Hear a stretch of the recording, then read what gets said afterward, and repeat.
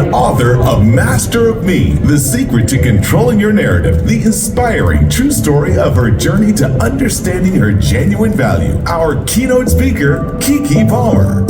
Shorty got ass and a good shape, good press, good credit, she cool. Hello!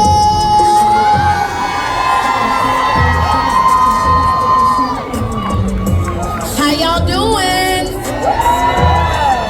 It's good to see you all. Alright. What up, girl? Hi. I'm gonna sit next to you if that's okay. I know, yeah. I was like, I don't want you to be far away from me. Yeah, that was great. All right. That's okay. Listen, Keke, first of all, we know you're a Chicago native. Period. Come on, Robins. We ain't got no Robin nights up in here in Mudville. So am I. And we're both obviously in the industry. Right? You've been acting a little bit longer than I have, but I feel like... I know you for a long time. You know me for a long time. Yeah. For a long, long time. But you've been doing your thing for a long, long time, and I'm so proud of you. Thank you so much. Proud of you. Now, you have your book, Master of Me. And it's so gorgeous, by the way, The Puppet Master. I want to know, before we get into the questions, but I do want to know why this picture, why The Puppet Master, why this? So for those, some of you guys maybe can't see it, what she's talking about is on the cover, it's me, and then it's a puppet version of me. And the reason why I wanted to do this cover was an ode to vaudeville, like the multi-hyphenate entertainers of that time. You know, you think about Josephine Baker, Sammy Davis Jr., all those amazing, brilliant artists. But then the reality that a lot of times, especially as a black performer, people aren't always sure who's pulling your strings, what story you're trying to tell. A lot of people want to tell your own story. And so for me, it's like, I know who I am, I know the story that I've been telling. I'm the puppet and the master. All right. Yeah. And it's so easy for people to label us, especially in the industry that we're in. I know a very long time I got typecasted, right? Yeah. So it's so easy for people to label us. How important it is for you to tell your story, our stories?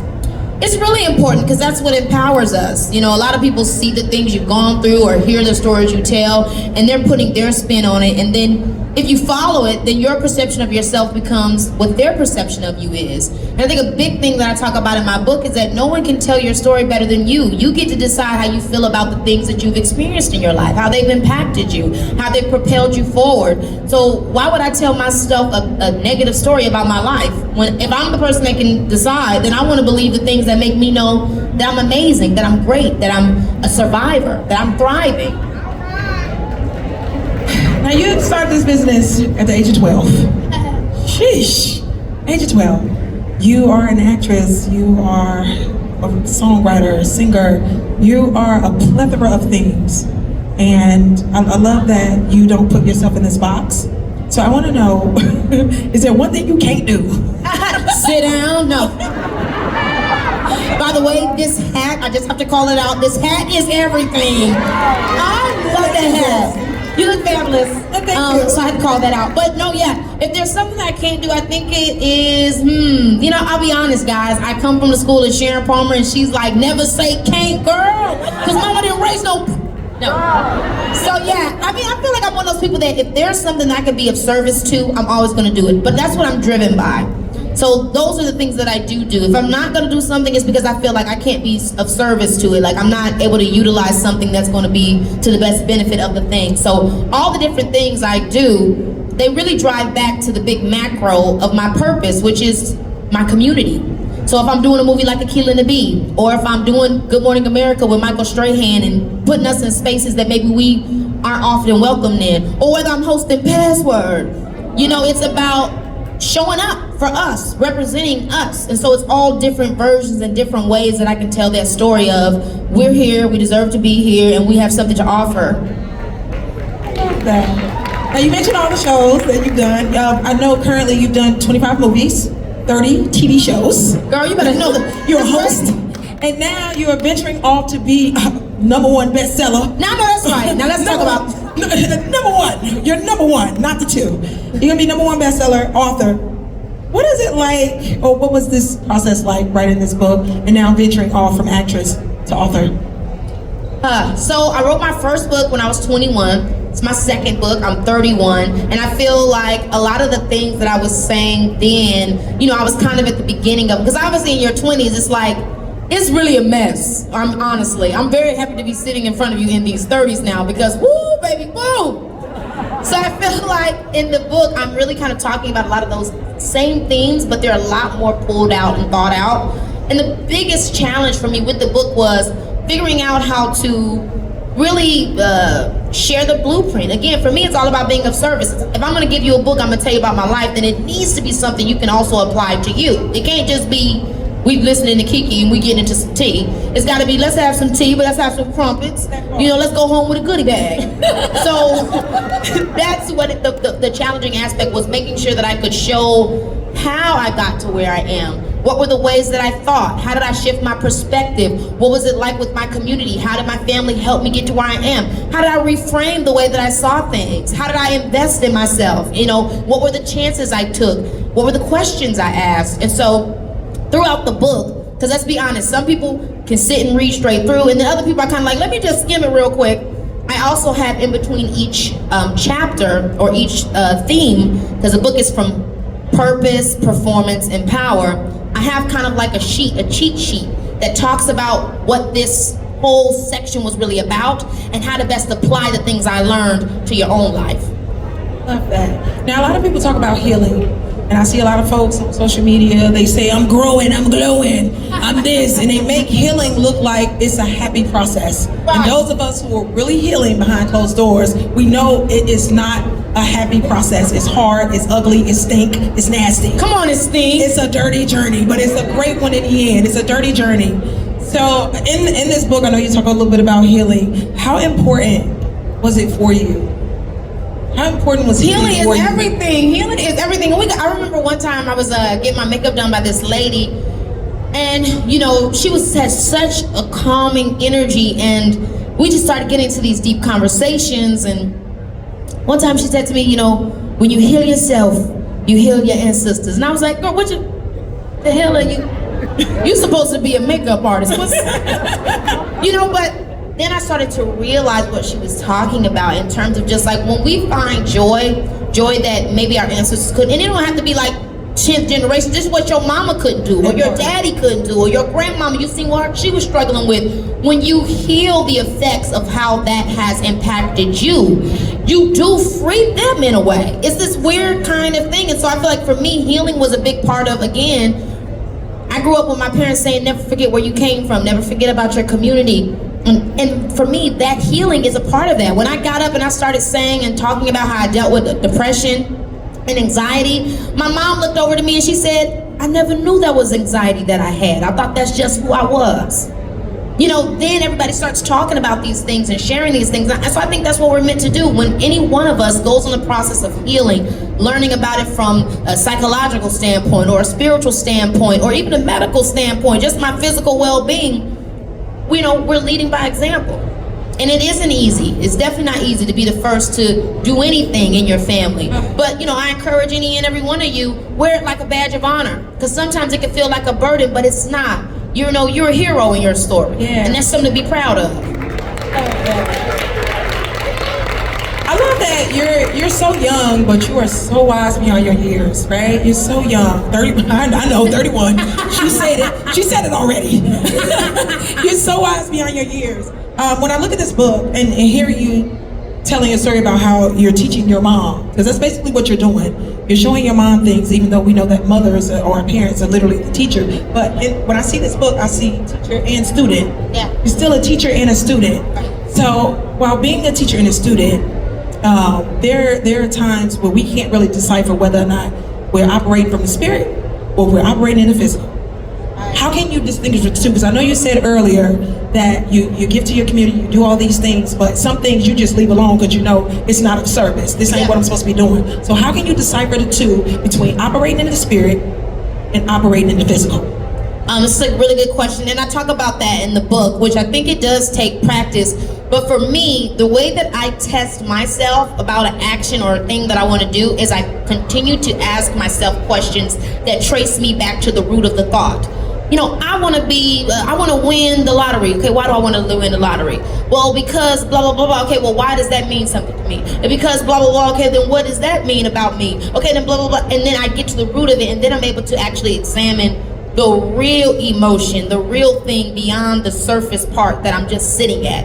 So it's really like a questioning process with yourself, because honestly, a lot of the thoughts in our mind are not us. A lot of the things that we think we want to do or that we think are going to validate us are a collection of what we see and experience externally. So when we want to really get to the root of why we want something, or if we really even want that thing or what it represents truly, that's when we're getting to what really will make us happy and make us feel purposeful. Because it's so hard in life. Everybody's telling you what's going to make you happy, what's going to make you purposeful, what's going to make you feel good. But we're all so different. So everything that I love and makes me feel good ain't going to make you feel good. So it's really a system of personal questioning and internal dialogue and getting to know ourselves that help us to know that, oh, so this is really what I wanted. I didn't want the BBL. I wanted the... I just wanted love. You know what I'm saying? And that's what makes you the forward thinker that you are. You're such a forward thinker. Not the BBL. Y'all know. Y'all out here. And that's what makes you a high value woman. I know that we hate that word so bad. High value. But I love the word value. Yeah. We all love the word value because we all want to value ourselves. We all want to honor our bodies. So when we say it, I go back to the root of why I wanted to do that thing. Yeah. And I know sometimes we juggle between trying to figure out why we want that thing or do we really need that thing. So I want to know, I'm trying to figure out how I'm going to ask this without sounding like a crazy lady. Because I'm crazy. I want to know, when it comes to knowing your worth or knowing your value, what does that really look like for someone who doesn't know? What does that look like? When we talk about this, it upsets me because people use it as a judgment on others. She got low self-esteem. Well, sweetie, self-esteem is growing. And it's not something that we're just born, there's no concept of, self-esteem has no ceiling, and there is no idea of somebody just having high esteem. Esteem is something that you grow and you learn to give yourself through experience. And when you're a kid growing up, people tell you what your esteem is and how to feel about yourself. And then you get older and you decide, okay, maybe I didn't have to believe what they told me, but the habits that I created based off of who they told me and what they told me my worth was, now I gotta do all this healing and work to uncover to finally then realize what my esteem is and to keep building up upon that. And so I think it's like, give people a break. We gotta give each other a break. And when you see somebody and you feel like, okay, they need to pour more into themselves, don't say, you got low self-esteem, or like my girl Regina Hall did in that movie, she don't love herself. Just show her what love is. I think that's the thing, is like we gotta always remember self-esteem is something we're constantly building within ourselves, and we only know by feeling and experiencing the things that we don't want and deciding to say, no, I'm creating a boundary, this is not for me, and that's how we continue to gain that. Honor your body is what I have to say. Honor your body. You know when something isn't right. You know when something doesn't feel good. You just honor your body. And to forgive yourself.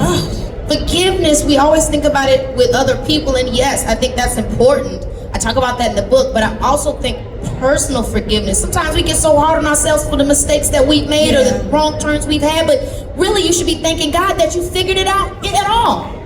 Because you could be going in the same circles, but instead of saying, looking back, salty like my girl Sarah in the Bible, she looked back, she turned salty and said, look, she was so salty she turned into salt. Okay? Look back and say, woo, I'm glad I'm not there. I love that. And move on. Also, we also have to learn how to give not just other people grace, extend grace to ourselves. Nobody gave us a manual on how to be a good sister, be a good brother, a good wife, a good anything. Life is all trial and error. If anything, life will teach you. It's all about how much of a student you are and willing to learn from life lessons. I want to know, was there ever a point in time while writing this book, there was something that was so hard or something you didn't really want to write or put in the book, but you finally mustered the courage to be able to put inside the book? Did you ever have that moment? I was very careful in the book when I was talking about my personal life and my relationship to my community and my audience. I think it's something that a lot of times people don't understand about a performer, because as a performer, you're a public figure, but that's like only one aspect of who you are, and we're obviously all more nuanced people than that. But because, as a performer, you don't necessarily clock in, or go into a building that the people in your life can understand, oh, she's at work. A lot of times people don't understand the boundaries of what that is and how you have to teach yourself how to clock out as a performer. Even though walking down the street, people still see you like you're on stage. Mm-hmm. So I think I really wanted to talk about that reality with my audience, because I don't believe in idolism. I do want to be a peer. I want to be, I'm an equal person to you. I don't want it to be like, oh my God, I want to be like, that's my girl, hey Key. And for us to be able to be vibed out like that, but to know that I'm a real person and my private life is not something that I'm keeping or something that I'm not proud of, or it's just because I feel like it's not appropriate, And so I think that aspect of the book, which I talk a lot about, is kind of like in the first section of what the kind of entertainer I want to be. And when I stand up on stage, or if I'm speaking and I'm going to give you guys, or I'm going to ask you guys to give me your time, I want it to be my best. I want it to be my best every time. Good. Yeah. And shout out to Mama, because I know Mama was a killer and the main. Yeah, my mom is great. She's right over there. She's everything. Kiki is. Shout out to Mama. I recently lost my mom, and that's all good, girl. That's life. God is good over here. I recently lost my mom, but I love how your mother has always been a champion for you. And I love how she's always, literally, like thick as thieves, y'all always side to side. How much of a impact, or how much of a role does she play in this book? I know she does a lot of stuff with you when it comes to your acting and things like that, but I want to know, how much of an impact does she have on this book? I mean, she's always a huge impact in every single thing that I do. During the book, I was sharing everything I was writing. What do you think, Mom? Does this make sense? Could I be clearer? What do you think? Or this is what I want to talk about here, and this is what interests me. And my friend said this the other day. Do you think this is something we should share, a perspective that might be useful to people? My mom is literally my best friend, my confidant, my mentor. She's my wax on, wax off. You know what I mean? She just teaches me every single thing I know. And I mean, my whole family, it's like she's my rock, my dad's her rock, and our family as a whole, we're each other's rocks. And it's just something I'm truly grateful for, and grateful to know and have, because they've always had my back. Is there a chapter in the book that you absolutely love and you can't wait for people to read? Oh man, I really do love the book. I mean, you wrote it, yes. Not to be biased, but no. My favorite chapters would be, one of them is the final chapter. It's Jack of all trades, master of none, because it really talks about how that quote, the full quote is, Jack of all trades, master of none is often better than a master of one. I think it's really important to me because we live in a time where I think it's so important to be an entrepreneur. What does that mean? A lot of times people think entrepreneur is like somebody with a bunch of money. No, it's just somebody that's got a diversified portfolio. Okay, I do lashes, hair, nails. I also am a teacher on the side. I do Uber if I need a quick, So it's like, I believe in that way of life, because if you're not doing what I need and you're not treating me right, I got 3 other gigs I can go to. So I love that chapter because, I think that's the new way. We gotta, that's what we gotta be on, so we're not a slave to the system like that. Then, y'all know. And then the other chapter that I really love, because it speaks about, I think, my experience being like a powerful, financially secure woman, and how that has made things, gender roles. Sometimes they say, if you were to write down everything I am and everything I've done, it's like, she's a man. Like, that's not, I can't have the qualities I have, but I have them because I was raised by a strong father that told me I could be strong. So it's like, the chapter is power dynamics, and it just speaks about, like, again, women in power and how we can have trials and errors with dealing with how to assert that, whether in career or personal life. And so I think, I love that because it's hopefully there to encourage, and we all should speak up for ourselves and not be afraid. And just because you're you got your own money and you're independent, that don't mean that you not feminine. That doesn't mean that you're not soft and you're not available to love. You can be all things. Okay. And you're a new mom. Okay. Y'all see my girl Beyonce the other day? Period, I'm a mother. You're a mother. You big mama. Okay. Big step and big Guys, mama. I really was that person that couldn't wait to be like, that's my son. It was like ever since I was a little kid, I was the one with them little, y'all remember them little 90s feed 'em baby things we used to have when we feeding the baby peas and stuff? Girl! I was living for that. And so yes, I'm so happy to be a mom. It's literally what I've been wanting all my life. I love that for you. Hasn't changed anything though. Like with work, because you do so much. Yeah, and I feel like I was just saying this the other day, like obviously now my son, he's only 20 months, so we can really do anything together.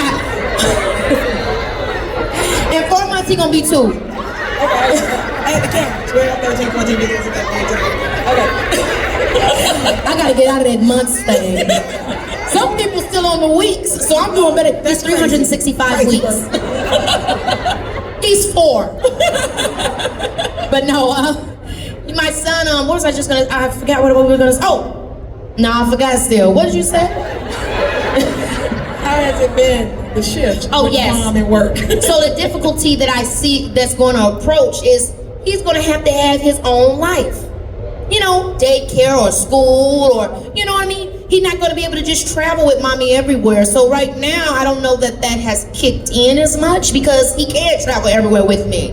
You know, but when he starts, you know, it's like, okay, he got to have his own consistent regimen, then yeah, your girl might be on a TV show at that point because I got to have some consistency because I got to be with my baby.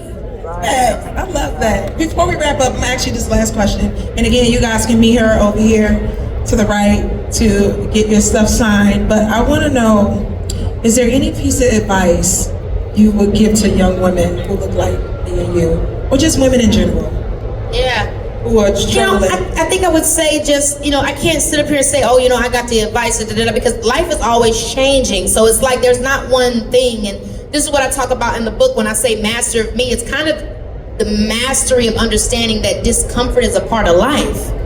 And to not be so hard on yourself when things are boring or sad or happy or, you know, that's kind of the way that it is. And I think we get so caught up in thinking that we're supposed to feel something, or if we don't feel something, everything is wrong. And if we're sad, then we, you know, damn, my life sucks. No, people get sad. It's okay, you know. Sometimes life is boring, and honestly, that's probably when it's good. And sometimes things are really, really, really exciting, and that's great too. And so I would just say, like, be open to the ebbs and flows and what they can teach you about yourself, about your community, you know, and have gratitude, because, you know, we're not here for a long time, but hopefully it's a good time. Kiki, thank you so much, sis. I appreciate you. And congratulations. Oh, do you have any upcoming projects? Oh, yeah. I thought that was the last one, but this is the last one. Do you have anything new coming? I have a new movie coming out January 21st with 24th with SZA called One of Them Days. I'm so excited for that movie. It was so fun working with her. The shooting schedule was insane. Me and my girl was literally on our last leg, but when I say she kept me howling, she's so much fun. And then I'm working on a project right now with Boots Riley called I Love Boosters. He's really a great director. So, you know, hopefully he has a bunch of good stuff coming for y'all. Love it. Kiki, thank you again. Thank you. You could have been anywhere in the world, but you decided to be here with us. So thank you for everything you've done, what you're doing, and what you're gonna do. Thank you for this fabulous, fabulous conversation. You're amazing. You're amazing. Come on, Chantel, sister. You guys stand up. Give it up for Kiki Palmer. Thank y'all so much. Thank you very much.